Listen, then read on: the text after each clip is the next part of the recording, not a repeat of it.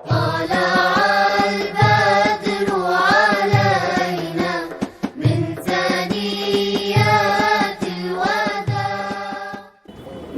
ونصلي ونسلم على رسوله الكريم أما بعد فأعوذ بالله من الشيطان الرجيم بسم الله الرحمن الرحيم يا أيها الناس قد جاءكم برهان من ربكم وأنزلنا إليكم نورا مبينا صدق اللہ العظیم و صدق رسولہ النبی الکریم۔ الحمدللہ، اللہ رب العزت کا شکر، اس کا احسان، اس کے رسول کا کرم اور اللہ والوں کی نسبت، آقا کی آل، آقا کے اصحاب اور تمام اولیاء کرام کی نسبت کی برکت کہ آج پھر سے ساری نسبتوں کی فضیلت اور ساری نسبتوں کی برکتوں کی وجہ سے ہمیں آقا صلی اللہ تعالیٰ علیہ وسلم کا ذکر کرنے کا موقع عنایت فرمایا گیا ہے، اور اللہ تعالیٰ نے ہمیں یہ توفیق بخشی ہے کہ ہم آقا صلی اللہ تعالیٰ علیہ وسلم کا مبارک ذکر کر رہے ہیں اور ان کی زندگی کے بارے میں معلومات حاصل کر رہے ہیں۔ ہم نے جس آیت کی تلاوت کی اس میں اللہ تعالیٰ نے سورہ نساء کی آیت ہے، اللہ تعالیٰ ارشاد فرماتا ہے، اے لوگوں، بے شک تمہارے پاس تمہارے رب کی جانب سے ذات محمدی صلی اللہ تعالیٰ علیہ وسلم کی صورت میں دلیل قطعی آ گئی ہے اور ہم نے تمہاری طرف واضح روشن نور اتارا ہے۔ تو آقا صلی اللہ تعالیٰ علیہ وسلم کی آمد، آقا صلی اللہ تعالیٰ علیہ وسلم کی بعثت، آقا صلی اللہ تعالیٰ علیہ وسلم کی ولادت ہمارے لیے باعث سعادت اور باعث نور ہے، باعث ہدایت ہے، اور اللہ تعالیٰ کی طرف پہچان اللہ کی کروانے والی جو ذات ہے وہ آقا صلی اللہ تعالیٰ علیہ وسلم کی ذات ہے، یہ تو بلا شبہ اس میں کوئی شک نہیں ہے۔ اور آقا صلی اللہ تعالیٰ علیہ وسلم کی مبارک زندگی ہمارے لیے نمونہ حیات ہے اور زندگی گزارنے کا طریقہ ہے۔ ہم نے کل ان چیزوں کے اوپر بات کی تھی کہ آقا صلی اللہ تعالیٰ علیہ وسلم نے خطوط روانہ کیے، خط روانہ کیے، مختلف ممالک میں مختلف بادشاہوں کی طرف، مختلف لوگوں کی طرف خط روانہ کیے گئے، اور وہ کون کون تھے؟ مصر کی طرف خط روانہ ہوا، مصر کے بادشاہ کی طرف، اور جو ہے وہ خط روانہ ہوا وہ روم کے بادشاہ کی طرف، خط روانہ ہوا یمن کے بادشاہ کی طرف، خط روانہ کیا گیا کسرا ایران کی طرف یعنی ایران کے بادشاہ کی طرف، اور آخر میں ہم نے یہ کہا تھا کہ ایران کا جو بادشاہ ہے وہ اس نے انکار کر دیا ماننے سے، اس نے انکار کر دیا اور اس نے آقا صلی اللہ تعالیٰ علیہ وسلم کے مبارک خط کو جو ہے وہ پھاڑ دیا اور اس کو ٹکڑے ٹکڑے کر دیا، اس نے بے ادبی کی، اور آقا صلی اللہ تعالیٰ علیہ وسلم نے غضبناک ہو کر اس چیز کی پہلے سے خبر آقا نے دے دی، بدعا دی کہ اس کی سلطنت جو ہے وہ ایسے ہی پارا پارا ہو جائے گی، اور پھر وہی ہوا۔ اس نے جو ہے آقا صلی اللہ تعالیٰ علیہ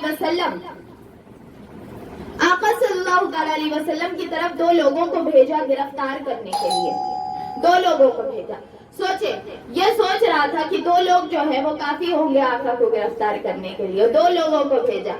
اور آقا صلی اللہ تعالیٰ علیہ وسلم کے پاس یہ لوگ آئے، اور آقا صلی اللہ تعالیٰ علیہ وسلم نے پہلے تو ان کی طرف منہ ہی نہیں کیا۔ آقا صلی اللہ تعالیٰ علیہ وسلم کے صحابی تھے، اور آقا صلی اللہ تعالیٰ علیہ وسلم کے جو اصحاب ہیں ان کے درمیان، ان کے بیچ میں رہتے ہوئے کون جرأت یہ کر سکتا ہے کہ آقا صلی اللہ تعالیٰ علیہ وسلم تک پہنچ بھی جائے؟ آقا صلی اللہ تعالیٰ علیہ وسلم نے ان کی طرف منہ نہیں کیا، اور ان کا اوصاف یہ بتائے جاتے تھے کہ ان کی مونچھیں جو رہتی تھی وہ بہت بڑی بڑی رہتی تھی، اور ان کی داڑھیاں نہیں ہوتی تھی، مونچھ بڑی بڑی رہتی تھی، داڑھیاں نہیں ہوتی تھی۔ آقا نے جب ان کا چہرہ دیکھا، آقا نے اپنا چہرہ پھیر لیا، آقا نے کہا اتنا خراب چہرہ تم کو کس نے بنانے کے لیے کہا ہے؟ اتنا برا، اتنی بری شکل کیوں بنائے کہ رکھی ہوئی ہے؟ نے کہا کہ ہمارے بادشاہ نے یہ کہا ہے کہ داڑھی کو ختم کرو اور مونچھوں کو بڑھاؤ، تو آقا نے کہا ہمارے اللہ نے یہ کہا ہے کہ مونچھوں کو ترشواؤ اور داڑھی کو بڑھاؤ، اور اس سے جو ہے چہرہ خوبصورت لگتا ہے، اور جو شکل تم نے بنائی ہوئی ہے یہ اتنی ایسی شکل ہے کہ انسان اس کی طرف دیکھنا نہ پسند کرے۔ تو آقا صلی اللہ تعالیٰ علیہ وسلم کے پاس وہ لوگ آئے اور آقا صلی اللہ تعالیٰ علیہ وسلم سے کہا کہ آپ کو گرفتار کرنے آئے ہیں اور آپ کو اپنے بادشاہ کی طرف لے کے جانے کے لیے آئے ہیں۔ آقا صلی اللہ تعالیٰ علیہ وسلم نے کہا کہ یہ تو کبھی نہیں ہو سکتا، پہلی بات تو یہ ہو نہیں سکتا، اور تم یہ جان لو کہ تمہارا جو بادشاہ ہے آقا نے پہلے ہی سے بتا دیا کہ جو وہاں کا بادشاہ ہوگا وہ اپنے باپ کو قتل کر کے حکومت حاصل کرے گا، اپنے باپ کو قتل کرے گا اور حکومت حاصل کرے گا۔ تو اس پہ یہ لوگ بڑے حیرت میں ہو گئے کہ یہ بات یہ کیسے کہہ رہے ہیں، کیسے یہ بات کہہ رہے ہیں۔ جب آقا صلی اللہ تعالیٰ علیہ وسلم کی بات سن کے وہ لوگ واپس گئے، جو دونوں لوگ آئے تھے وہ واپس گئے، تو وہاں پر یہی معاملہ پیش آیا کہ وہاں کے بادشاہ کو اس کے لڑکے نے قتل کر کے بادشاہت حاصل کر لی۔ اور جب یہ بات وہ دونوں جو آئے تھے نا انہوں نے دیکھا، اس میں سے ایک شخص تھا، اس نے یہ دیکھی کہ اسلام کو قبول کر لیا کہ میں جب وہاں گیا تھا مجھے پہلے ہی سے اس چیز کی خبر ہو گئی، اور مسلمانوں کے نبی نے یہ بتا دیا کہ ایسا ہونے والا ہے، تو اس کا مطلب وہ سچے نبی۔ اب ایک بادشاہ جس کا نام نجاشی، جس کا حکومت جو ہے وہ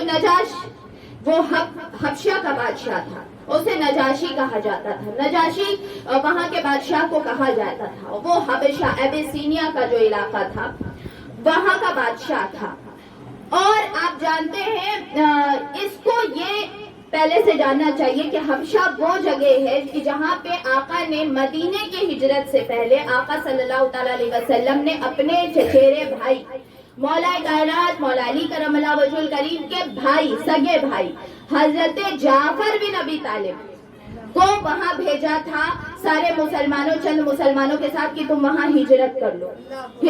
لو۔ تو سب سے پہلی ہجرت جو ہوئی ہے مسلمانوں کی وہ ایبیسینیا کی طرف ہی ہوئی ہے، یعنی حبشہ کی طرف ہوئی ہے، اور وہاں کا بادشاہ نجاشی تھا۔ آقا صلی اللہ تعالیٰ علیہ وآلہ وسلم نے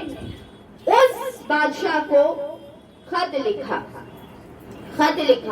اور خط لکھ کے اس میں یہ لکھا کہ اللہ کے نام سے شروع جو نہایت مہربان ہمیشہ رحم فرمانے والا ہے، یعنی بسم اللہ الرحمن الرحیم۔ یہ خط محمد رسول اللہ صلی اللہ تعالیٰ علیہ وسلم کی جانب سے حبشہ کے بادشاہ نجاشی کی طرف ہے۔ تم حفاظت میں ہو، میں تمہارے سامنے اللہ کی تعریف کرتا ہوں جو تمام کائنات کا حاکم ہے اور پاک ہے اور امن اور امان دینے والا ہے۔ میں اس بات کی گواہی دیتا ہوں کہ عیسیٰ بن مریم اللہ کی روح ہے اور اس کا کلمہ ہے، جسے اس نے نیک اور پاس اور عفت والی مریم کے بطن میں ڈالا تھا۔ عیسیٰ علیہ السلام رحم مریم میں بصورت حمل موجود ہوئے۔ اللہ نے ان کو اپنی روح اور دم سے اسی طرح پیدا فرمایا جیسے حضرت آدم علیہ السلام کو اپنے ہاتھ سے پیدا فرمایا، اور پھر اس میں روح پھونکی۔ میں تمہیں اس اللہ کی طرف دعوت دیتا ہوں جو ایک ہے اور اس کے سوا کوئی شریک نہیں۔ نجاشی جو تھا نا وہ عیسائی تھا اور اس کی حکومت کے جو لوگ تھے، جو اس کی پایہ تخت تھا، جو حبشہ کا علاقہ تھا، وہ عیسائی تھے وہ لوگ۔ تو آقا صلی اللہ تعالیٰ علیہ وسلم نے دیکھیے یہ دعوت کا طریقہ ہوتا ہے، جو جس چیز کی طرف رغبت رکھتا ہو اس کو اس لحاظ سے سمجھانا ہے، اس طریقے سے سمجھانا ہے، کیونکہ ہمارا دین جو ہے اس کے اندر کوئی کمی نہیں ہے۔ ہم ہر انداز سے لوگوں کو دین کی طرف لا سکتے ہیں، اور جس طریقے سے جو طریقہ حلال اور صحیح اور درست ہو اس راستے کو اپنا کے انسان جو ہے وہ غیر مسلموں کو دعوت دے دین کی طرف۔ تو وہ لوگ کیونکہ عیسیٰ علیہ السلام کو ماننے والے تھے اور عیسائی تھے، تو آقا صلی اللہ تعالیٰ علیہ وسلم نے حضرت عیسیٰ علیہ السلام کا ذکر کیا اور یہ بتایا کہ جن کو تم مانتے ہو ان کو ہم بھی مانتے ہیں، ان کو ہم بھی مانتے ہیں۔ ہاں، جیسا تم مانتے ہو ویسا نہیں مانتے، یعنی تم جیسے اللہ کا بیٹا کہتے ہو وہ نہیں مانتے، لیکن ہاں وہ نبی ہیں، وہ رسول ہیں اور وہ کلمہ حق ہیں، وہ پاک باز مریم کے رحم سے پیدا ہونے والے ہیں، اور اللہ نے ان کو بغیر والد کے پیدا کیا،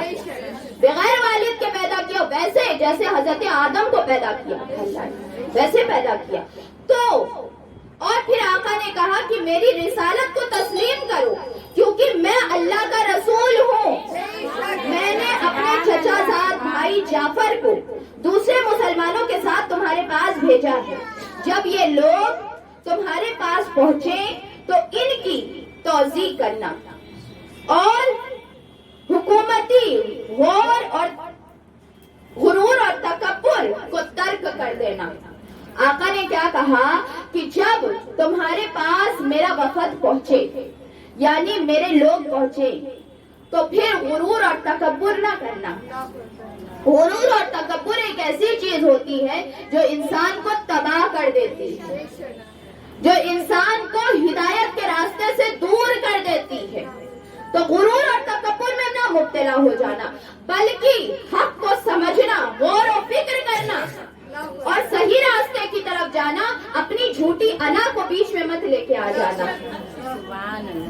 اور میں نے اللہ کا پیغام بڑے خلوص کے ساتھ تم تک پہنچایا ہے تاکہ میری اس نصیحت کو قبول کرو۔ جس نے سیدھے راستے کی پیروی کی اس پر سلامتی ہو۔ یہ آقا صلی اللہ تعالیٰ علیہ وآلہ وسلم کا خط تھا۔ نجاشی نے جب یہ خط پڑھا تو رونے لگا، خط دیکھ کے رونے لگا، اور اس نے جو ہے آقا صلی اللہ تعالیٰ علیہ وسلم کے نام خط روانہ کیا، اور اس میں اس نے بھی لکھا بسم اللہ الرحمن الرحیم۔ اس نے بھی شروع اسی طریقے سے کیا اور کہا کہ یہ خط نجاشی کی طرف سے محمد الرسول اللہ صلی اللہ علیہ وسلم کے نام۔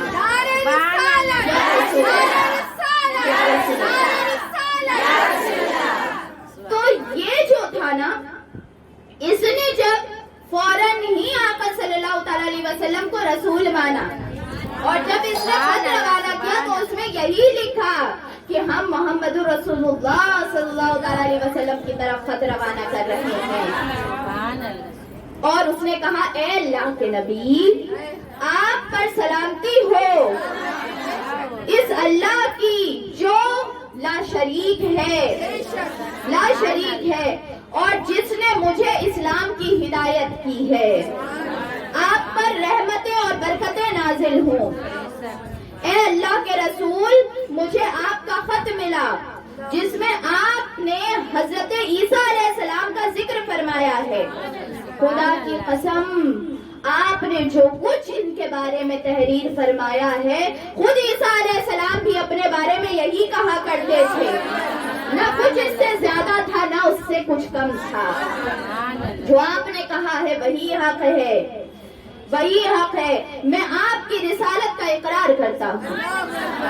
میں نے آپ کے چچا زاد بھائی اور دیگر ساتھیوں کو اپنا مہمان بنایا ہے، اور میں اس بات کی گواہی دیتا ہوں کہ آپ اللہ کے سچے رسول ہیں اور دوسرے انبیاء کی تصدیق کرنے والے ہیں۔ میں نے آپ کے لیے آپ کے چچا زاد بھائی کی ہاتھ پر بیعت کی ہے اور اسلام قبول کیا ہے۔ نجاشی نے جو خط لیا اس نے آقا صلی اللہ تعالیٰ علیہ وسلم کے جو چچا زاد بھائی تھے یعنی حضرت ابو طالب کے بیٹے،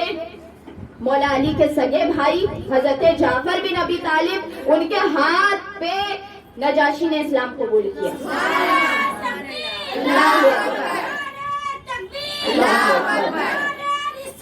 یا رسول اللہ،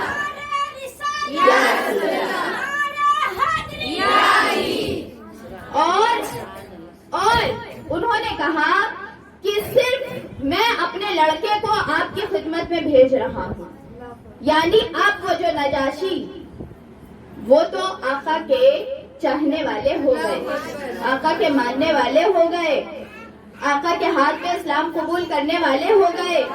اور انہوں نے کہا کہ میں اپنا لڑکا بھیج رہا ہوں تاکہ وہ جائے اور آپ کی خدمت کرے، اور انہوں نے آخری میں لکھا وسلام علیک یا رسول اللہ صلی اللہ علیہ وسلم۔ اور یہ خط لے کر حضرت جعفر بن ابی طالب جو ہے وہ آقا صلی اللہ تعالی علیہ وسلم کے خدمت میں حاضر ہوئے۔ حبشہ کی طرف ہجرت کرنے والوں میں سے ایک بی بی تھی جن کا نام حضرت ام حبیبہ تھا، حضرت ام حبیبہ رضی اللہ تعالی عنہا۔ حضرت ام حبیبہ نے ہجرت کی تھی اپنے شوہر کے ساتھ ہجرت کی تھی شروع جب مدینے کی ہجرت سے بھی پہلے، یہ جو ہے وہ 6 ہجری کا واقعہ بیان ہو رہا ہے، اور اس سے 5 سال سے بھی پہلے آگے ہجرت کی تھی، یعنی مدینے کی ہجرت سے بھی پہلے حبشہ کی ہجرت ہوئی ہے۔ تو اس وقت جو ہے وہ وہاں پہ انہوں نے ہجرت کی، اپنے شوہر کے ساتھ کی ہجرت کی، اور وہاں پر جو ہے یہ خبر ہوئی ان کے شوہر کا جو ہے وہ انتقال ہو گیا، حبشہ میں ان کے شوہر کا انتقال ہو گیا۔ تو جب ان کے شوہر کا انتقال ہوا، یہ حضرت ام حبیبہ جو تھی، ان کا اصلی نام رملہ تھا، یہ بیٹی تھی ابو سفیان کی، ابو سفیان کی بیٹی تھی۔ ابھی تک حضرت ابو سفیان جو بعد میں رضی اللہ تعالیٰ عنہ ہوں گے، ابھی تک وہ ایمان نہیں لے کے آئے تھے اور کٹر دشمن تھے، مطلب دشمنی میں سب سے زیادہ آگے، تو ایمان نہیں لے کے آئے تھے ابھی تک، لیکن بیٹی پہلے اسلام قبول کر لیا اور پہلی ہجرت میں شامل ہوئی۔ تو آقا صلی اللہ تعالی علیہ وسلم کو یہ خبر ملی کہ ان کے شوہر کا انتقال ہو گیا ہے، تو آقا صلی اللہ تعالی علیہ وسلم نے، کیونکہ وہ معزز گھرانے سے تھی، رشتہ داری تھی، تو آقا صلی اللہ تعالی علیہ وسلم نے نکاح کا پیغام بھیجا، اور آقا صلی اللہ تعالی علیہ وسلم نے نجاشی کو ہی کہا تھا، جب اس نے اسلام قبول کر لیا تھا تو یہ کہا تھا تم میری طرف سے نکاح پڑھوانا، تم میری طرف سے پڑھوانا، وہاں پہ کسی کو ان کا وکیل بنا دینا، اور میری طرف سے تم کو میں کہہ رہا ہوں کہ تم جو ہو وہ نکاح کروانا۔ تو یہاں پہ حبشہ ہی میں نکاح ہوا، حضرت ام حبیبہ جو حضرت ام المومنین حضرت ام حبیبہ رضی اللہ تعالیٰ عنہ بنی۔ جب ان کو یہ خبر نجاشی نے ایک عورت کے ذریعے، ایک کنیز کے ذریعے بھیجائی،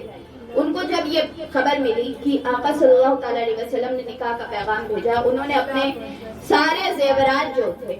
وہ اتار کے اس عورت کو دے دیا اور کہا کہ تم جو خبر لے کے آئی ہو یہ اتنی اچھی ہے کہ میں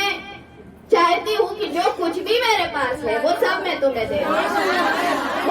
تمہیں دے دوں۔ تو اس عورت نے کہا کہ یہ میں قبول نہیں کروں گی، اس لیے کیونکہ میں نے اسلام قبول کر لیا ہے،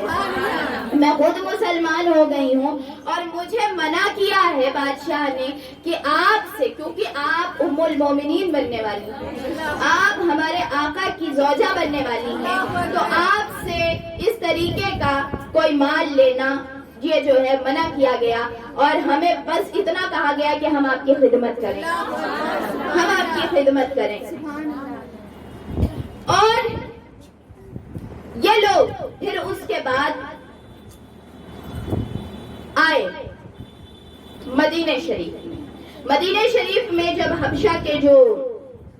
آقا صلی اللہ تعالی علیہ وسلم کی طرف سے جب خط گیا تو یہ پتا چلا کہ ہاں مسلمانوں کے اب حالات جو ہیں وہ ٹھیک ہو گئے مدینہ شریف میں، اور کافروں سے بھی معاہدہ ہو گیا ہے، قریش مکہ سے بھی، تو سارے مسلمان جو ہیں وہ اب حبشہ سے مدینہ آ جائیں۔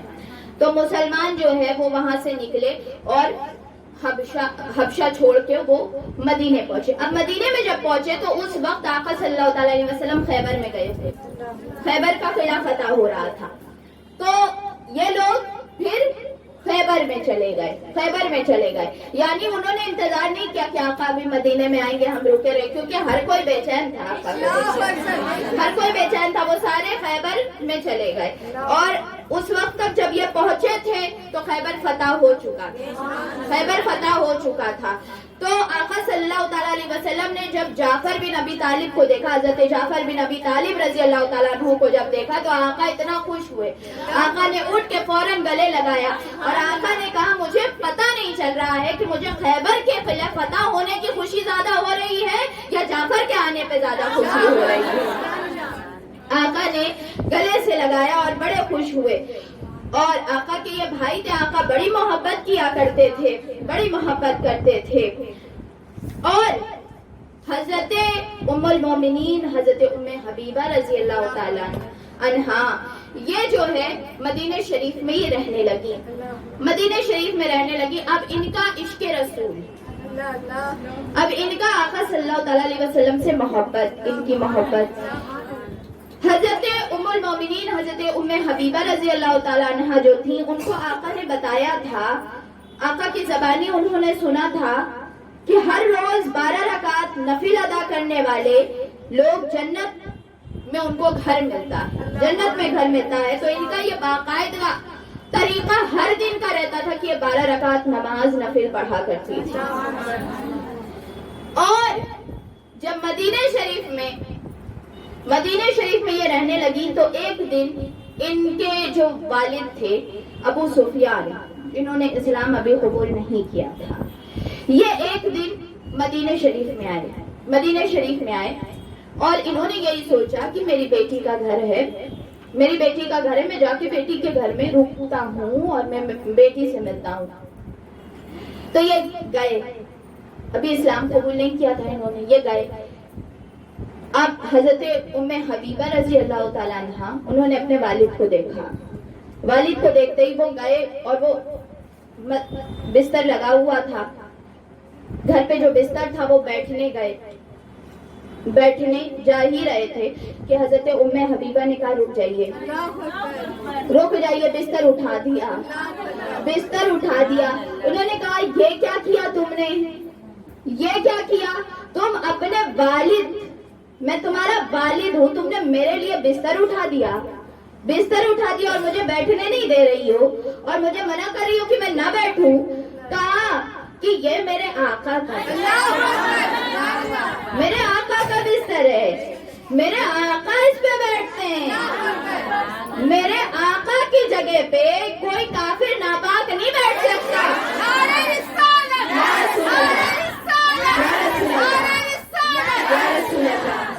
اور آپ کفر کی حالت میں اس لیے آپ اس پہ نہیں بیٹھ سکتے. مسند رسول اللہ بہت پاکیزہ چیز ہے اور اس پہ صرف پاک لوگ بیٹھ سکتے ہیں. تو وہ بڑا غصہ, اس نے جو ہے فوراً ہی جیسے ہی انہوں نے یہ بات کہی نا, انہوں نے بڑے غصہ ہوئے اور وہ باہر نکل گئے. انہوں نے کہا جاؤ, تم سے ملنا ہی نہیں, تم اب میری لڑکی کی طرح نہیں رہی ہے. یہاں پہ یہ چیز پتا چلتی ہے کہ لوگوں, ان مسلمانوں کے لیے, چاہے وہ مرد ہو چاہے عورت, ہر دن میں اس بات کو کہہ رہی ہوں, ان کے لیے سب سے زیادہ اہمیت آقا کی رہی ہے. وہ سب سے زیادہ محبت اپنے آقا سے کرتے تھے. ان کے لیے کوئی رشتہ نہیں تھا,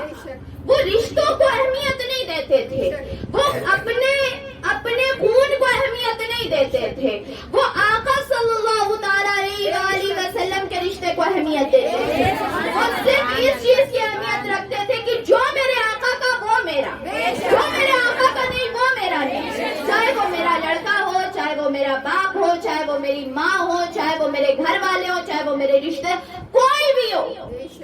میرا رشتہ جس سے بھی ہوگا, کیونکہ اب ہم مسلمان ہیں, میرا رشتہ جس سے بھی ہوگا وہ اللہ اور اس کے رسول کے حکم سے ہوگا اور بغیر ان کی چاہت کے کوئی رشتہ نہیں ہونے والا, کوئی رشتہ نہیں ہو سکتا. تو یہ شرف اور یہ محبت تھی. یہاں پر اب جن کے بارے میں ہم بیان کرنے جا رہے ہیں کہ آقا صلی اللہ تعالی علیہ وآلہ وسلم کے پاس جب حضرت جعفر بن ابی طالب آئے نا خیبر میں، تو حضرت عمر رضی اللہ تعالیٰ عنہ نے یہ بات کہی ان لوگوں میں سے کسی ایک سے کہ تم لوگ تو حبشہ سے آئے ہو،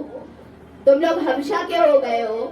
تو وہ ایک صحابی تھے، ان کو یہ بات اچھی نہیں لگی. انہوں نے کہا ہم آقا سے شکایت کریں گے، ہم آقا سے شکایت کریں گے، اس وقت تک کھانا پینا نہیں کھائیں گے جب تک آقا سے یہ بات نہیں کہہ دیتے. اس لیے کیونکہ ہم نے ہجرت پہلے کی ہے، ہم نے پہلے ہجرت کیا. آقا تشریف لے کے آئے. آقا سے انہوں نے کہا کہ آقا دیکھیں یہ ایسا کہہ رہے ہیں کہ تم حبشہ سے آئے ہو، حبشہ سے آئے ہو. آقا بتائیں ہم نے پہلے ہجرت کی ہے نا، ہم نے پہلے ہجرت کی ہے. تو آقا نے کہا تم نے کیا جواب دیا؟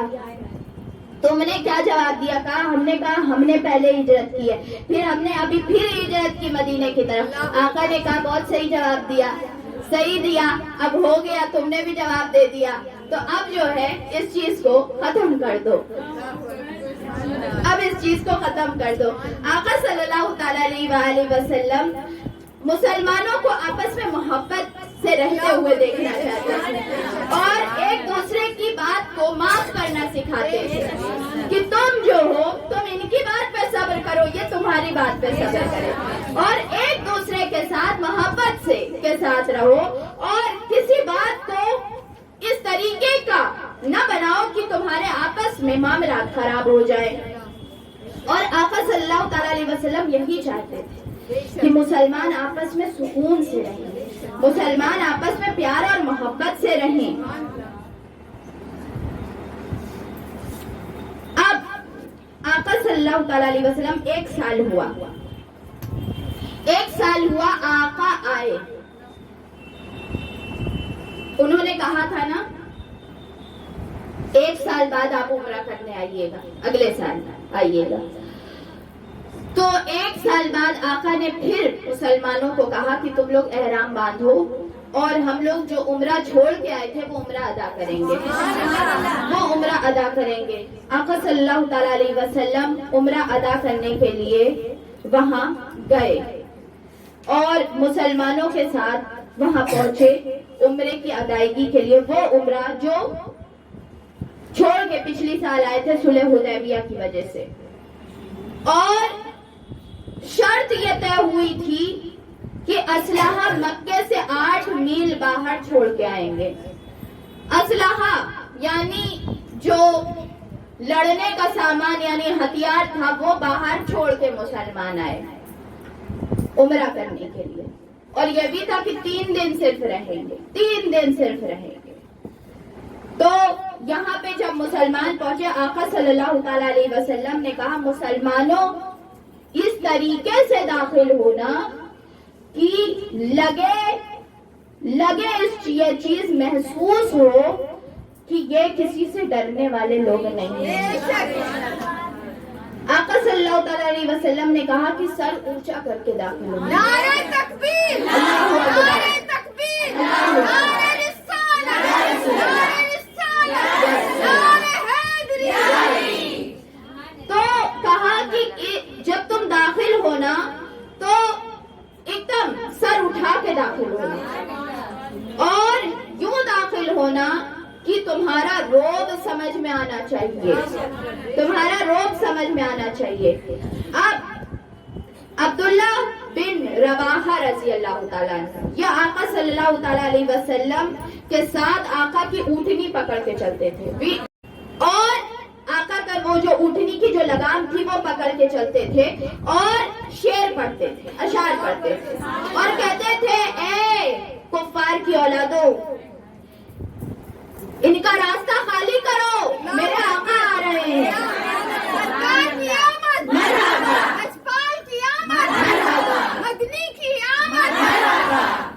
کہا کہ راستہ خالی کرو، میرے آقا آ رہے ہیں، رسولوں کے سردار آ رہے ہیں.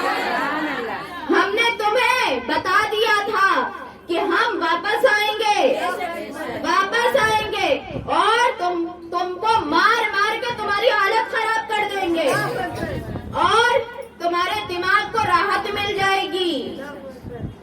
اور تمہاری دوستیاں تم اتنے زیادہ جو سرکش ہو گئے ہو اور آپس میں دوست بنتے ہو ہمارے خلاف, تمہاری دوستیاں پھر نہ رہیں گی, کوئی دوست بچانے والا نہیں ملے گا. اور تم اللہ کے اس رسول پر ایمان لے آؤ, ان کی بات پہ ایمان لے آؤ, ورنہ اللہ تعالی ہم کو تمہارے اوپر عذاب بنا کے نازل کرے گا. یہ بات وہ پڑھتے جاتے تھے. اب قریش مکہ جب یہ دیکھتے تھے نا, ان کو بڑا خراب لگتا تھا. ان کو یہ لگا کہ دیکھو, ہمیں لگ رہا تھا کہ یہ ڈر کے آئیں گے, یہ چھپ کے آئیں گے, یہ ڈریں گے, لیکن یہ تو نہ ان کے اندر ڈر ہے, نہ ان کے اندر خوف ہے, نہ یہ کسی سے ان کے قدم متزلزل ہو رہے ہیں. یہ اتنے زیادہ اور پوری طاقت کے ساتھ داخل ہو رہے ہیں. اور یہاں پر کچھ لوگ ایسے تھے جنہوں نے یہ کہا کہ ہم تو یہ منظر دیکھ نہیں پائیں گے. کچھ لوگ ایسے تھے, کچھ کفار ایسے تھے کہ ہم کو یہ منظر دیکھا نہیں جائے گا کہ مسلمان ایسے کریں گے, ہم چلے جا رہے ہیں, یہ چیز ہم دیکھ نہیں پائیں گے. آقا صلی اللہ تعالی علیہ وسلم اندر خانہ کعبہ میں جب داخل ہوئے, آقا نے اپنی جو احرام کی جو چادر تھی وہ ایک طرف کا کندھا کھول لیا, اور ایک طرف کا کندھا جو کھولا ہے یہ اپنی چادر مبارک اپنی دائنی بغل میں دبا کر اور دائنے ہاتھ کے اوپر اٹھا کر فرمایا کہ اللہ میرے حال پر رحم فرما اور آج کفار کو میری قوت دکھا دے. تو یہ جو ہے آقا صلی اللہ تعالی علیہ وسلم نے ایک کندھا جو ہے وہ کھول دیا. اور یہی سنت ہے کہ تین چکر طواف کے ہوتے ہیں نا, وہ پہلے 3 چکر میں ایک کندھا جو ہے وہ دائنا کندھا جو ہے وہ کھلا رہتا ہے اور وہ بغل کے نیچے سے چلی جاتی ہے, اور رائٹ والا جو کندھا ہوتا ہے وہ کھلا ہوا رکھا جاتا ہے. تو یہ آقا صلی اللہ تعالی علیہ وسلم کی سنت ہے. صرف تین چکروں میں, طواف کے پہلے 3 چکروں میں آقا صلی اللہ تعالی علیہ وسلم نے طواف شروع کیا, مسلمانوں نے طواف شروع کیا. آقا صلی اللہ تعالی علیہ وسلم رکن یمانی پہ پہنچے, آقا نے بوسہ دیا, سارے مسلمانوں نے بوسہ دیا رکن یمانی کا. اور پھر اس کے بعد آقا صلی اللہ تعالی علیہ وسلم تیزی سے چلنے لگے. آپ نے پھر مروہ پہ جا کے قربانی کی, یعنی وہ والی قربانی نہیں ہے, یہ قربانی شکرانہ والی قربانی ہے. یہ قربانی جو ہے وہ شکرانے والی قربانی ہے. یہ اس لیے ہوتی ہے جب عمرہ ادا کر لیا جائے. تو پہلے کے دور میں یہ تھی کہ جب بھی عمرہ ادا کر لیا, یعنی خانہ کعبہ کی زیارت ہو, اس کی شکرانے کی قربانی. تو آقا صلی اللہ تعالی علیہ وسلم نے قربانی دی, یعنی شکرانے کی قربانی. پھر اس کے بعد آقا صلی اللہ تعالی علیہ وسلم رہ رہے تھے. 3 دن جیسے ہی ہوا, کافروں نے اپنے 2 آدمیوں کو بھیجا اور آقا سے کہا کہ آپ اب ٹائم جو ہے وہ 3 دن ہو گیا, اب آپ جائیں یہاں سے. صحابہ کرام کو یہ چیز اچھی نہیں لگی. صحابہ کرام نے جب یہ گفتگو سنی تو حضرت سعد بن عبیدہ رضی اللہ تعالیٰ عنہ جلال میں آ گئے. انہوں نے کہا کہ یہ زمین تمہاری ماں نے تم کو وراثت میں دی تھی یا تمہارے والد نے تم کو وراثت میں دی تھی کہ تم ہمیں یہاں سے نکال رہے ہو. تو آقا صلی اللہ تعالیٰ علیہ وسلم نے ان کو خاموش کر دیا اور آقا نے کہا کہ روانگی کی تیاری کر لو, ہم واپس جا رہے ہیں. اس دوران آقا نے حضرت خالد بن ولید رضی اللہ تعالیٰ عنہ کے بھائی جو ایمان پہلے لا چکے تھے, ان سے پوچھا خالد کہاں ہیں؟ خالد یہاں نظر نہیں آ رہے. انہوں نے کہا کہ آقا خالد یہاں سے کہیں اور چلے گئے ہیں.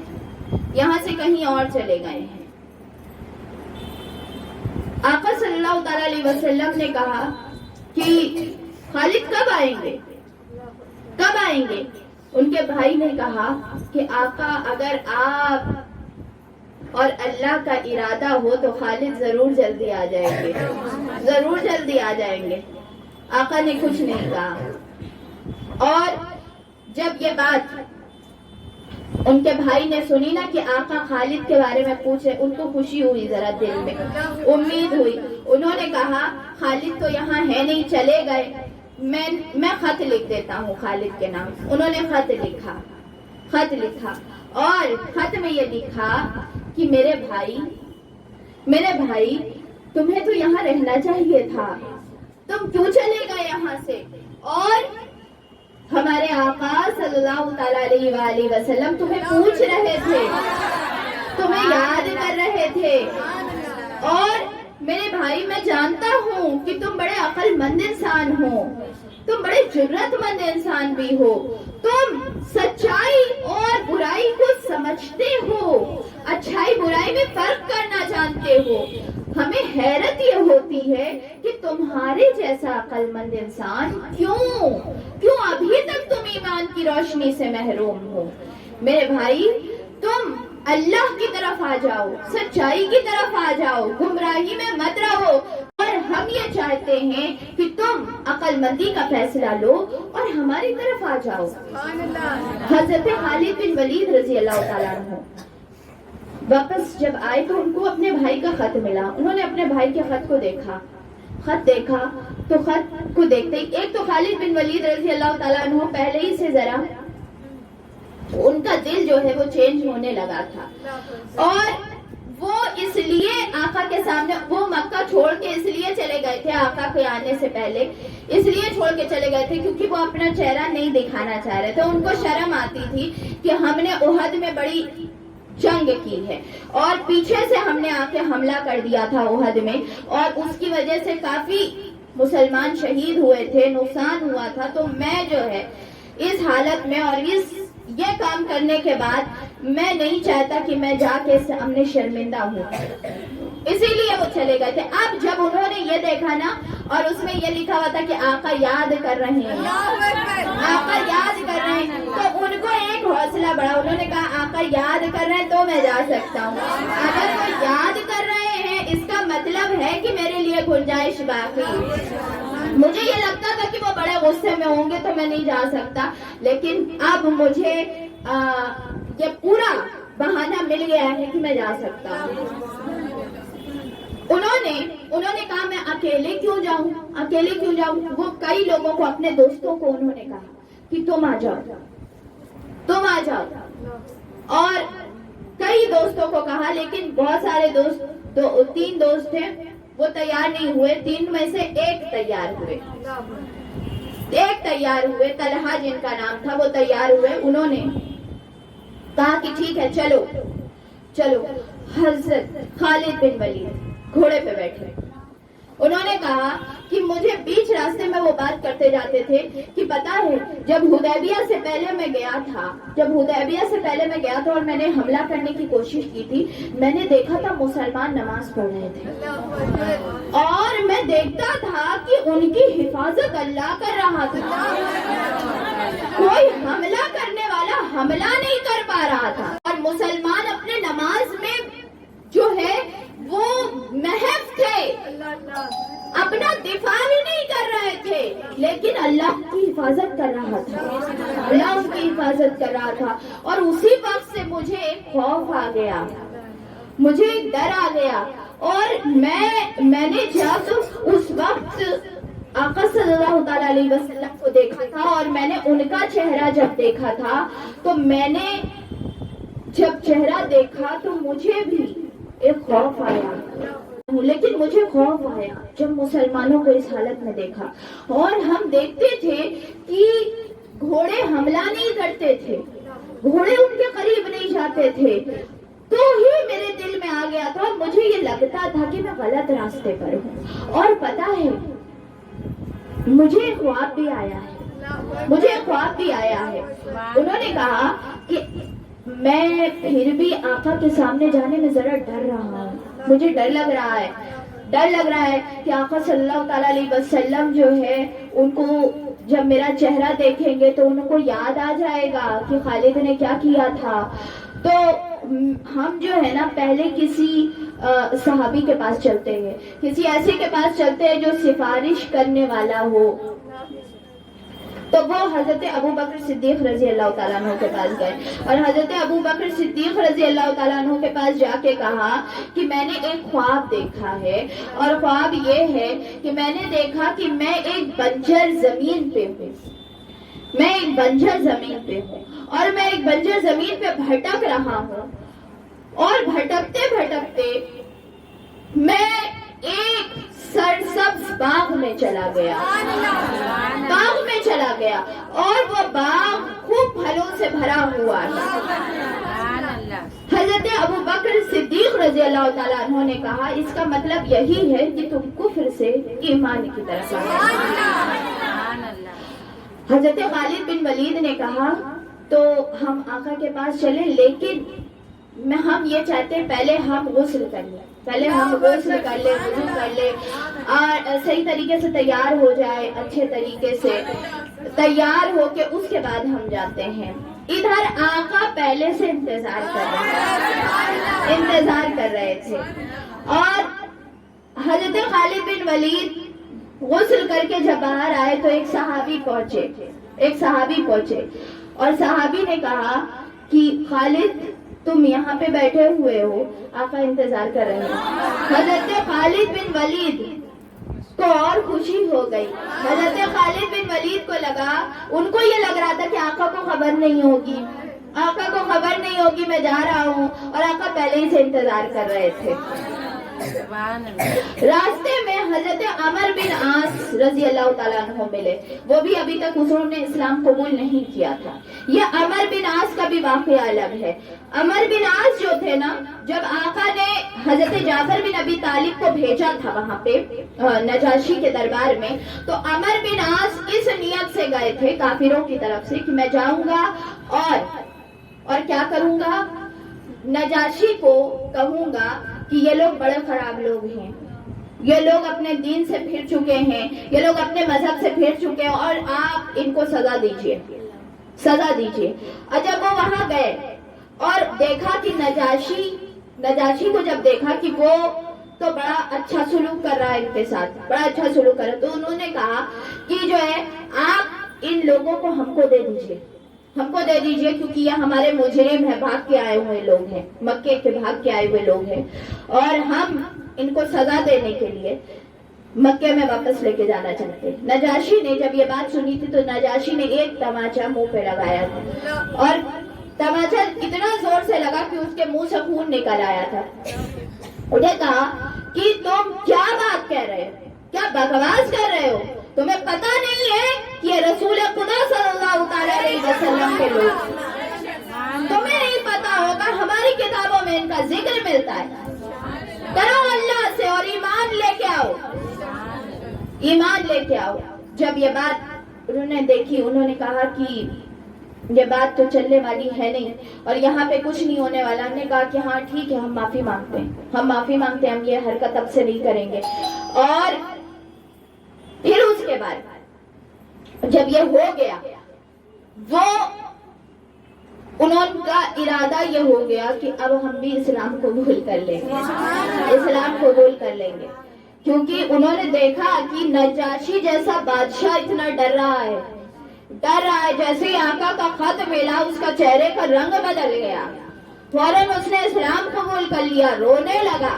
تو وہ کیفیت ہی دیکھ کے وہ سمجھ گئے کہ یہ جو ہے وہ سچے نبی ہیں. تو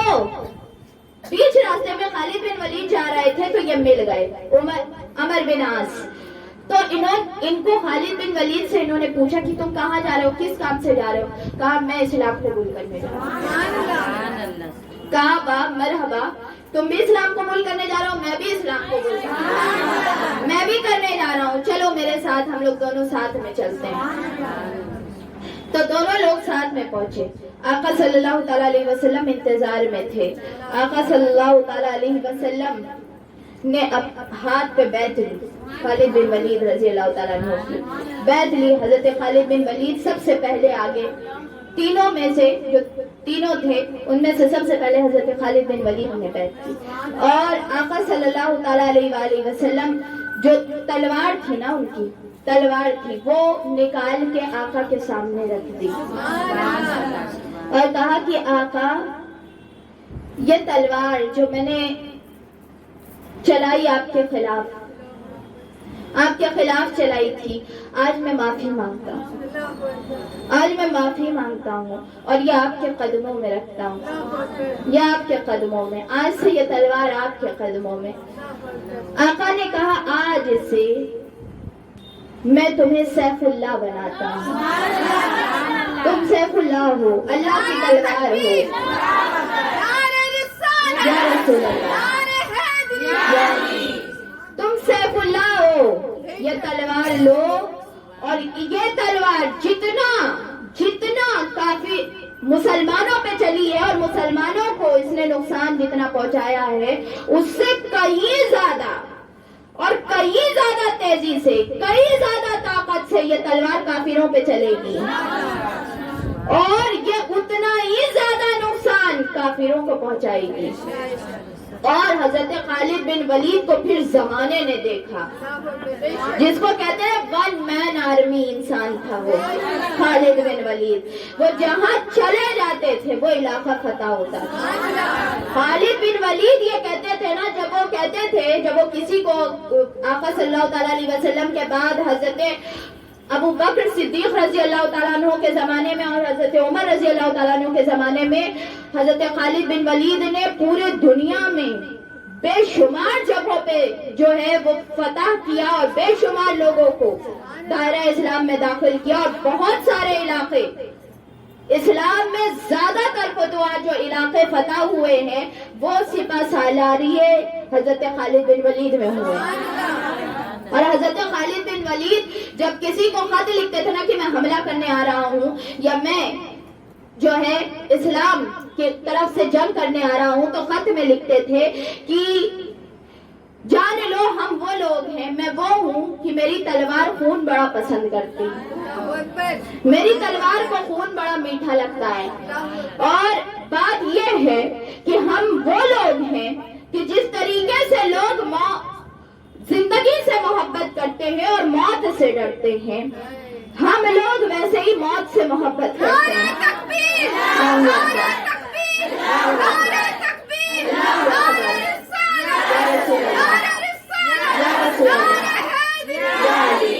کہا کہ ہم لوگ موت سے ویسے ہی محبت کرتے ہیں جیسے تم زندگی سے محبت کرتے ہو، تو ہم لوگ اس چیز کو اپنی جان نہیں بچائیں گے، ہم لوگ جان پہ کھیل جانے والے لوگ ہیں، جان پہ کھیل جانے والے لوگ ہیں۔ اور حضرت خالد بن ولید، ان کی بہادری کے چرچے بہت زیادہ ہیں، سیف اللہ تھے، نے جھوٹے مدعی نبوت جن نے آقا صلی اللہ تعالیٰ علیہ وسلم کے بعد جس نے نبوت کا جھوٹا دعویٰ کیا، حضرت خالد بن ولید نے اسے واصل جہنم کیا۔ خالد بن ولید نے اسلام کا بڑا جھنڈا بلند کیا، اور حضرت خالد بن ولید بہت آقا صلی اللہ تعالیٰ علیہ وسلم نے ان کے اسلام کی خوشی آقا صلی اللہ تعالیٰ علیہ وسلم کے چہرے پہ ظاہر ہو رہی، آقا بڑے خوش ہو رہے تھے جب حضرت خالد بن ولید نے اسلام قبول کیا تھا۔ یہ حضرت خالد بن ولید رضی اللہ تعالیٰ عنہ، حضرت خالد بن ولید رضی اللہ تعالیٰ عنہ نے جب اسلام قبول کر لیا تو مسلمان اور مضبوط ہو گئے، اور دیکھتے دیکھتے مسلمانوں کی تعداد میں اضافہ ہوتا چلا گیا، مسلمان بڑھتے چلے جا رہے تھے، تعداد بڑھتی چلی جا رہی تھی، دوسرے ملکوں کے لوگ اسلام قبول کر رہے تھے، تو مسلمان بڑھتے چلے جا رہے تھے، طاقت اور بڑھ جا رہی تھی، اور صلح حدیبیہ کی وجہ سے کافی فائدہ ہوا، اسلام کافی فائدہ ہوا۔ فائدہ یہ ہوا کہ دوسرے لوگ اسلام قبول کرنے آتے اور امن رہتا، لوگ اسلام قبول کرنے آتے، اور یہاں تک کہ کافروں کو بھی یہ موقع، قریش مکہ کو بھی یہ موقع ملا، جیسے حضرت خالد بن ولید یہ پورے ٹائم دشمنی میں تھے، لیکن صلح حدیبیہ میں ان کو سوچنے کا وقت ملا اور یہ آ بھی سکے، آنا جانا بھی ہو سکا، تو اس کی وجہ سے کافی لوگوں نے اسلام قبول کیا۔ آپ فتح مکہ، فتح مکہ کیسے ہوئی، آج ہم اس کو سٹارٹ کریں گے انشاءاللہ۔ آج تو پورا فتح مکہ ہو نہیں سکتا، آج سٹارٹ کریں گے کہ یہ صلح حدیبیہ جو 10 سال کے لیے تھی وہ کیسے ختم ہوئی اور مسلمانوں نے کیسے حملہ کیا، کیسے مسلمانوں نے کفار قریش کی طرف حملہ کیا اور خانہ کعبہ کو فتح کیا۔ یہ جو پیکٹ سائن ہوا تھا، ٹریٹی جو سائن ہوئی تھی، مسلمان اور قریش کے درمیان تھی، اور مسلمان جو تھے، مسلمانوں کی طرف سے ایک قبیلہ تھا جس کو بنی خزاعہ قبیلہ تھا، جس نے مسلمانوں کو کہا کہ ہم ان کے طرف سے، اور ایک قبیلہ تھا بنو بکر، وہ کافروں کی طرف گیا کہ ہم کافروں کی طرف سے، قریش کی طرف سے۔ یہ دونوں جو قبیلے تھے بنو خزاعہ اور بنو بکر، ان کے میں ہمیشہ لڑائی چلا کرتی تھی، اور آقا صلی اللہ تعالی علیہ وسلم کہ یہ جو صلح حدیبیہ ہوئی تو ان لوگوں نے دونوں اپنا چن لیا، بنو خزاعہ نے مسلمانوں کو چنا، بنو بکر نے کافروں کو چنا۔ اب کیا ہوا، 3 سال کے بعد ہوا یہ، یعنی مشکل سے 3 سال ہوئے ہوں گے، زیادہ عرصہ نہیں گزرا تھا۔ تو ہوا کیا کہ ایک قافلہ تھا بنو خزاعہ کا، جو رات میں یہ لوگ کہیں پڑاؤ کرے ہوئے تھے، یہ لوگ عمرہ کرنے، طواف کعبہ کرنے آئے ہوئے تھے، بنو خزاعہ کے لوگ، اور بنو بکر کے لوگوں نے ان کے اوپر رات میں حملہ کر دیا اور لوگوں کو قتل عام کر دیا، ان لوگوں کا قتل عام کیا۔ اور کیا ہوا کہ یہ لوگ وہاں کے پہ جتنے لوگ تھے ان سبوں کو قتل کر دیا، اور مکے کے قریش والے بھی اس میں شامل تھے، ان کا ساتھ دے رہے تھے، اور یہ لوگ کچھ لوگ وہاں سے بھاگے اور بھاگ کے خانہ کعبہ میں آ گئے،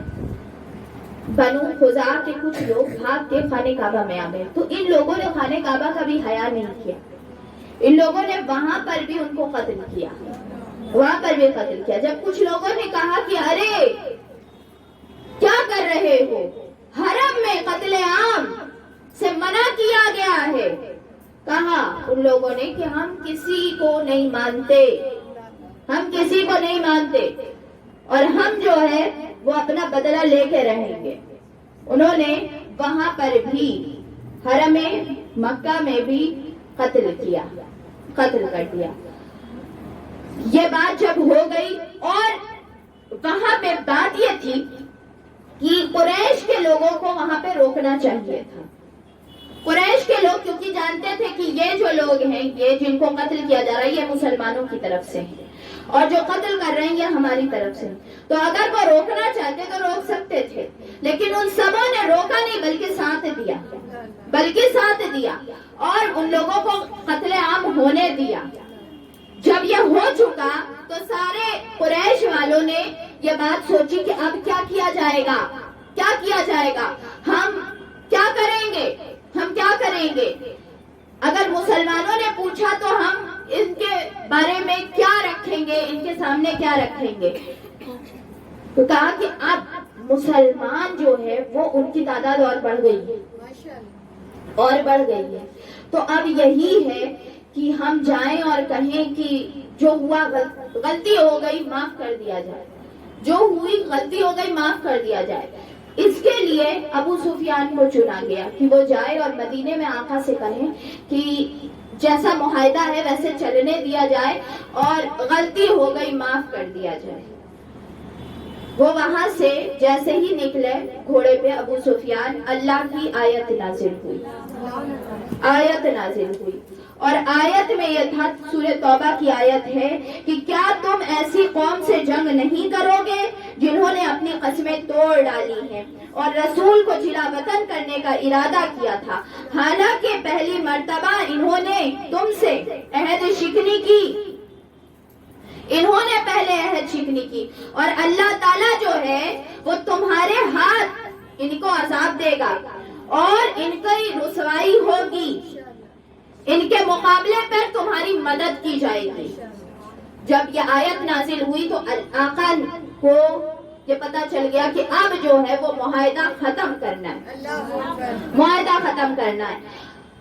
آقا صلی اللہ تعالی علیہ وسلم کے پاس ابو سفیان آئے،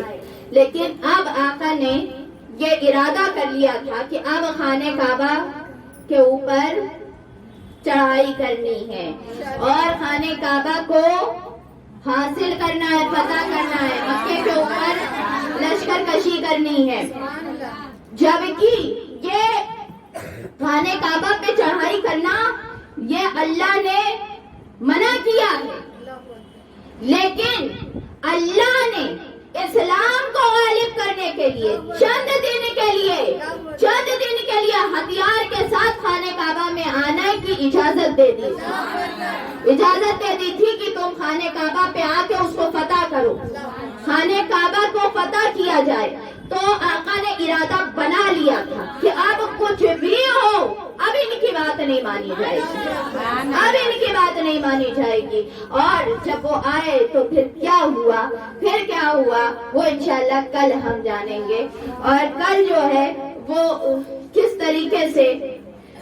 آقا صلی اللہ تعالی علیہ وسلم نے پوری فوج کو لے کے خانہ کعبہ کی طرف جو ہے وہ ساری فوج بڑھی، اور وہ منظر انشاءاللہ اللہ تعالی ہمیں توفیق دے کہ ہم وہ ذکر کر سکیں۔ وجہ آج میں نے بتا دی کہ صلح حدیبیہ ٹوٹی کیسے، مسلمانوں کی طرف سے نہیں توڑی گئی، کافروں کی طرف سے توڑی گئی، اور انہوں نے توڑ دیا، اور اللہ نے بھی کہا کہ اب اس کو پھر سے معاف کر کے، ان کو معاف کر کے اب یہ صلح کو آگے نہیں بڑھایا جائے گا، اس کو یہیں سٹاپ کیا جائے گا، اور اب جو ہے حملہ کیا جائے گا، اب حملہ کیا جائے گا، اب حملہ کیا جائے گا، اور اب ان کو مغلوب کیا جائے گا، اب اللہ مدد کرے گا، اب اللہ مدد کرے گا، اور اسلام کا جھنڈا خانہ کعبہ کے اوپر لہرائے گا۔ خانہ کعبہ، اللہ اکبر، یا رسول اللہ، یا رسول اللہ، یا رسول اللہ، یا علی۔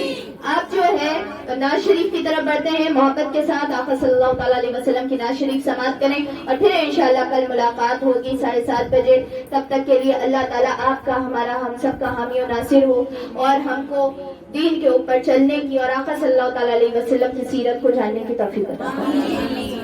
درود شریف پڑھیں اور ناز شریف سماعت کریں۔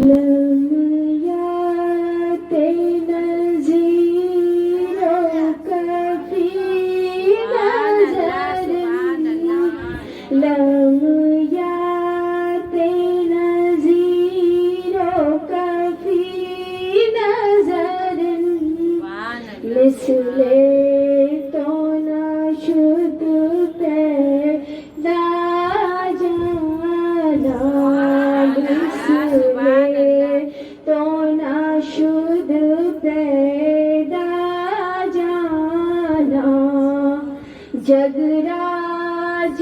کو تاج تورے سر سوہے، جگراج کو تاج تورے سر سوہے، تجھ کو شہ دوسرا جانا، تجھ کو شہ دوسرا جانا، البحر علا والموج تغا، البحر علا والموج تغا، من